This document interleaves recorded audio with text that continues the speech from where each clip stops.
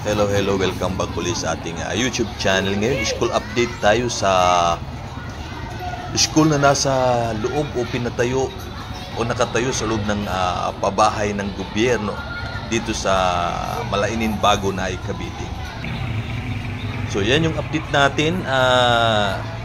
Ayan, may gate na, may bagong gate na yung school.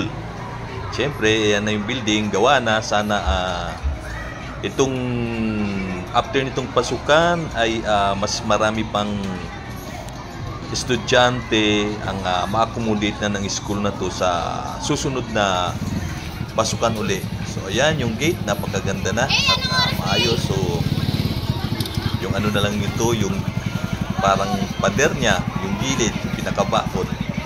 So paunti-unti maayos naman yan. At yan, labasan na rin ng mga estudyante ngayon, kaya yung mga nanay, tatay, sundo nag-aabang na para sa kanilang mga estudyante. So ayan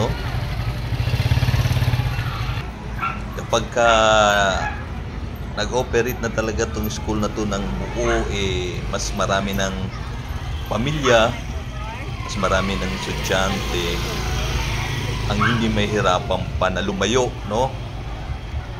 para mag-aral.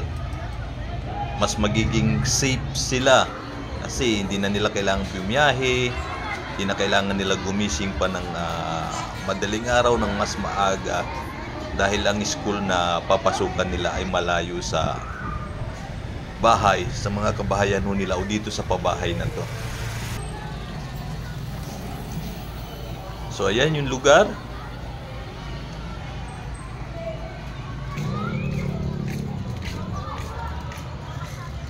Ayan, pinakikita ko sa inyo yung school kung nasaan.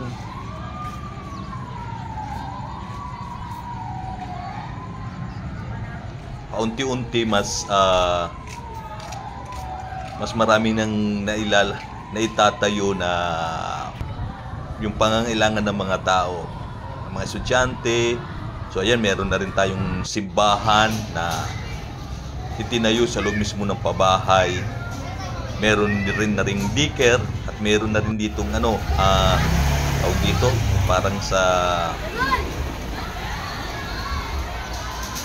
center sa loob mismo dyan. Sa susunod mag-update tayo doon kung ano na nangyayari sa center na yan. So ayan, mga estudyante lumalabas na, mga nanay nagdaratingan na rin, mga bata uwian na.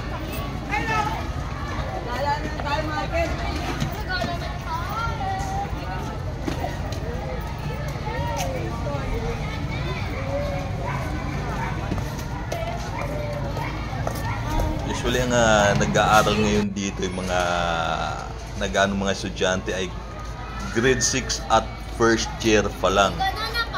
Sana sa susunod na taon o itong susunod na pasukan uli ay mas madagdagan na ng year yung makapasok o mag-aral dito sa school na to, para diba, di na lalayo. Kasi imagine mo, mamamasahe ka pa, gigising ka ng mas maaga kasi babiyahe ka pa din.